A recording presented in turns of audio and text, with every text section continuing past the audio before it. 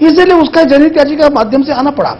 ये सब चीजें जो है राजनीतिक इच्छा शक्ति की कमी है, जो नेता है अपने वोट बैंक की तरफ देख रहे हैं, इसीलिए जनता के जो सुविधाओं की जो बात हो रही है, जो उसका निराकरण नहीं हो रहा है, ये मुख्य कारण है। इसी कारण आज मजबूरन जो कि अपने आप काम होना चाहिए था, वो काम न करने के कारण आज वहां पर हम लोगों को जनहित याचिका दायर करना पड़ रही है।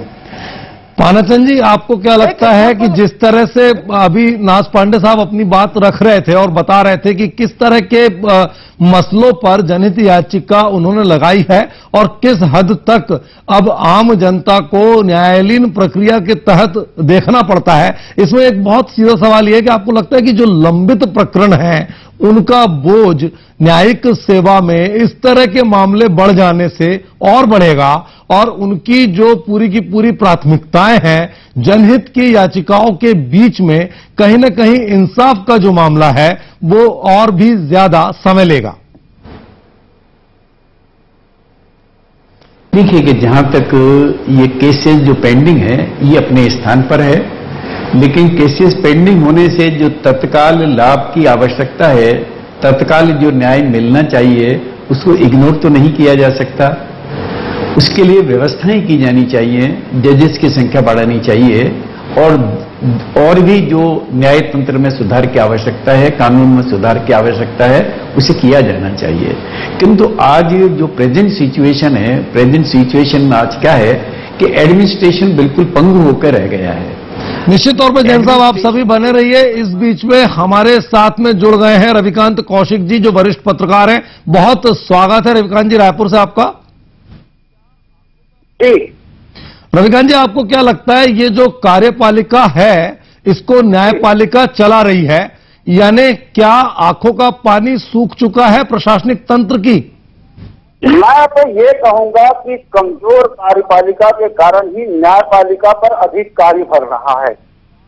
कार्यपालिका न्यायपालिका को मूल रूप से काम करने दे, उसकी पूर्णता पर उसकी अनुमति दे तो कोई बात बने। कार्यपालिका अपना काम नहीं कर पा रही है बहुत से मामलों पर, उसके कारण ही न्यायपालिका पर अधिक जोर पड़ रहा है। मैं छत्तीसगढ़ के संदर्भ में एक चीज कहना चाहूंगा कि अभी अभी राज्य सरकार ने 27 जिलों का गठन किया।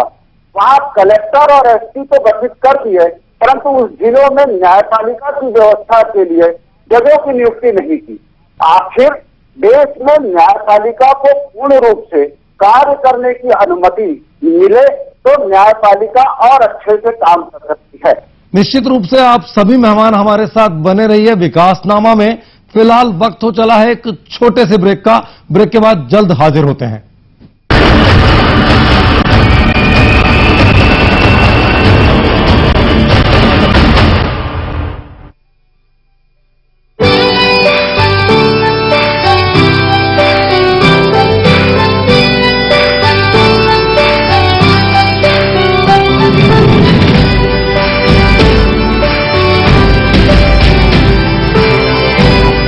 Celebrating dreams of over 15,000 young minds. ITM University Gwalior.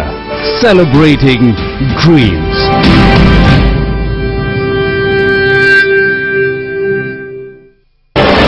A for अलिफ, B for बंदूक। कौन पढ़ा रहा है बदला? एक महिला पत्रकार के कपड़े फाड़े। ये कैसा जश्न है? जुर्म की दुनिया आज रात 10:30 बजे।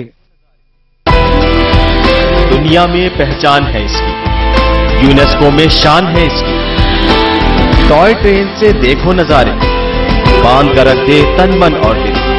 सतरंगी किरणों की अटखेलियों वाला ये है शहर दार्जिलिंग। यात्रा अनलिमिटेड, कल सुबह 8:30, 11:30 और दोपहर 3:30 बजे, सिर्फ प्रभात। अगर आप जानना चाहते हैं अपने भविष्य, कारोबार और पारिवारिक जीवन के बारे में, तो देखिए संपूर्ण ज्योतिष परामर्श, जो लाया है ज्योतिष के 8 महान ग्रंथों के समावेश से एक कुंडली आचार्य पीयूष गुप्ता के साथ हर रविवार दोपहर 12:30 बजे सिर्फ खबर भारती पर। कहा जाता है कि भोपाल पर्दे और जर्दे का शहर है। पान के बीड़े और नवाबी रस्मों रिवाज के साथ एक दौर